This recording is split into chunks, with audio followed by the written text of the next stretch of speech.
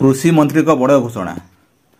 तो दर्शक बंधु कृषि मंत्री कृष्णचंद्र महापात्र एक बड़ घोषणा करछंती जोटा कि एबेकार जो परिवार रेट मार्केट रे हो बढ़ुची ଏହା ଉପରେ से एक अधिकार नहीं गोटे बैठक करछंती। ए बैठक रे घोषणा करछंती जे जेहेतु परिवार रेट बढ़ुची से कौ माने उद्देश्य पई बढ़ुची तार कारण कौन ए बदरे से निर्देश बाहर करछंती।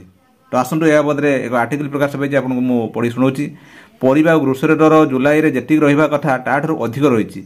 दरदाम केमिति नियंत्रण को आसीबो से नै विभिन्न हाट बुली स्थिति परीक्षा पर सोमवार रिटेलर एवं होलसेलर सह बैठक करी खाद्य जोगाण और खाउटी कल्याण मंत्री कृष्णचंद्र महापात्र कारण खोजिछंती। चार ठकिया बिक्री व्यवस्था और मिडिलमैन प्रभाव जोगु परिबा दर बढ़ुथिबा मंत्री कहिछंती।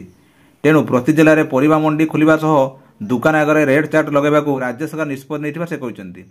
कटक और भुवनेश्वर में प्रथमे परिबा मंडी खोला जिवो। ଏହା ପରେ ସବୁ ଜିଲ୍ଲାରେ ଖୋଲିବାକୁ ଯୋଜନା ରହିଛି।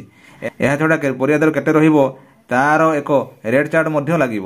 ଏହା ସହ କୃଷି ଉତ୍ପାଦ 137 ଟନ୍ରୁ 200 ଟନ୍ କରିବାକୁ ଲକ୍ଷ୍ୟ ରଖାଯାଇଛି। ସେହିପରି ଚାଷୀଙ୍କୁ ଆର୍ଥିକ ପ୍ରୋତ୍ସାହନ ଯୋଗାଇ ଦେବାକୁ ଆଳୁ ପିଆଜ ଉତ୍ପାଦନ ବଢ଼ାଇବାକୁ ମଧ୍ୟ ସରକାର ଚିନ୍ତା କରୁଛନ୍ତି।